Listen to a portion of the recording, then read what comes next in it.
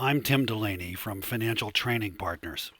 In this presentation, I'm going to talk about Kodak as an example of what we call the incumbent's dilemma. I'm going to try to answer the question, how could a company as dominant as Kodak allow itself to be defeated by a competing technology? Kodak introduced the first consumer digital camera in 1995. Canon, Sony, and other camera companies were quick to follow with their own versions. At first, digital cameras were expensive and their image quality was poor, but they improved, their prices dropped, and in 2000, demand for digital cameras exploded. The rise of digital meant the fall of film. By 2003, digital cameras passed film cameras in sales, and by 2010, the film camera market was dead. And of course, the collapse in demand for film cameras meant the end for film as well.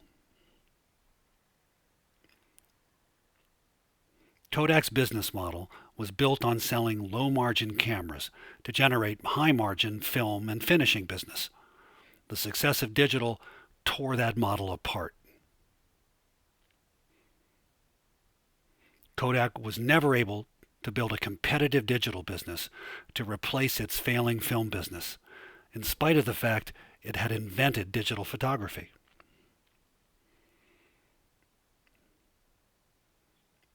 But Kodak's failure in digital wasn't because it didn't see the threat coming.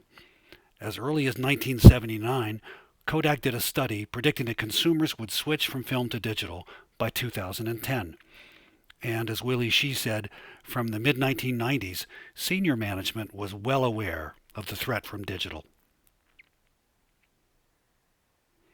But that didn't keep Kodak from filing for bankruptcy in January 2012.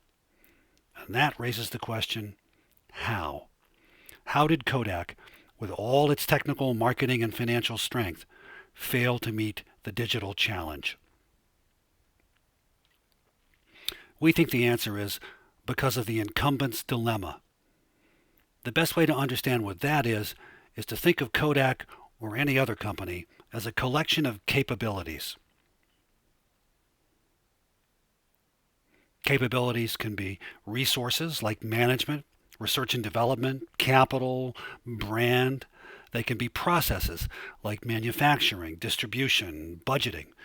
Capabilities can also be values like corporate culture, the norms of behavior people, especially managers, use to set priorities and make decisions. Kodak was rich in resources. It was a leader in film technology and in the technology for processing film. Kodak's brand was a great resource. Kodak was a pioneer in consumer marketing, and it created one of the most famous brands in the world. Kodak had financial resources. In 2001, at the start of digital's surge, Kodak had a high credit rating and ample free cash flow. Kodak had some very efficient processes, like those for making and distributing film. But it was not as efficient with cameras. In 2001, Kodak lost $60 on every digital camera it sold. Kodak had values. Profitability was an important value at Kodak.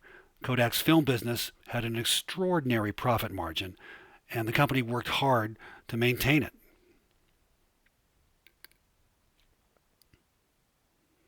As strong as Kodak was, it couldn't afford to ignore the competition. Competitiveness was an important value too. Managers at Kodak had to defend market share from rival filmmaker Fuji.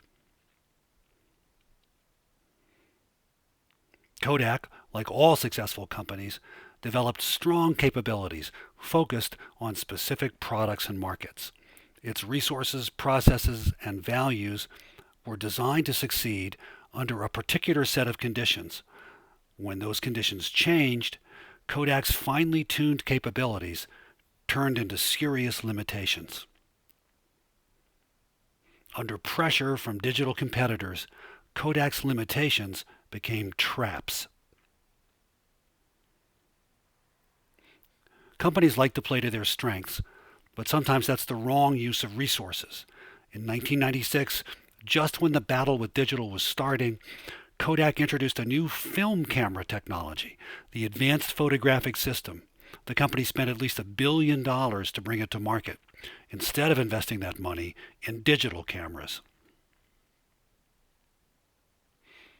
Kodak never saw cameras as a primary business. They were just a way to sell film and finishing. So Kodak lacked good processes for designing cameras or making them at a profit. As a result, it was never an effective competitor in digital cameras. Kodak's film business was very profitable compared to the digital business. In the struggle for funding, film managers won with the profitability argument too many times. Digital was starved of the resources it needed to compete and grow.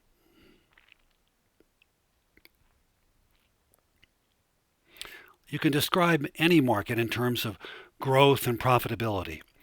Let's call segments where growth and profits are low, down market, and segments where they're high, up market. Down market is where new entrants start competing. At first, from 1995 to 1999, digital camera growth was slow and profits were weak. It was a classic down market new entrant. Incumbents are up market, where demand is more predictable, volumes are higher, and so are margins. That's where Kodak was. If new entrants are successful, they improve their capabilities and start to move upmarket, drawn by higher growth and profits. Eventually, they compete directly with the incumbents in the premium upmarket segments. That's what happened with digital cameras between 2007 and 2007.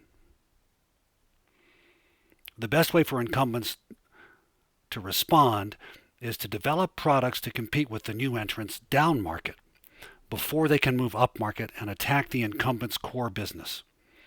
Kodak tried with digital cameras and failed. The resources, processes, and values it built up over more than 100 years to dominate the film business became traps that prevented Kodak from competing in digital.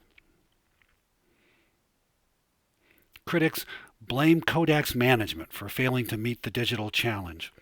But top managers at Kodak were fully aware of the threat from digital, and they understood what capabilities Kodak needed to become a successful digital camera company. They just couldn't make big enough changes fast enough. Kodak had been too much of a film business for too long, as Clay Christensen, the leading expert on disruptive competition, suggests. Kodak was caught by the incumbent's dilemma. It's not alone. Blockbuster Video, Sanyo Electric, Qantas Airlines, Nokia are just a few examples of companies who've struggled against new competition. It's a recurring risk factor. We hope the incumbent's dilemma is a concept that helps you analyze that risk better.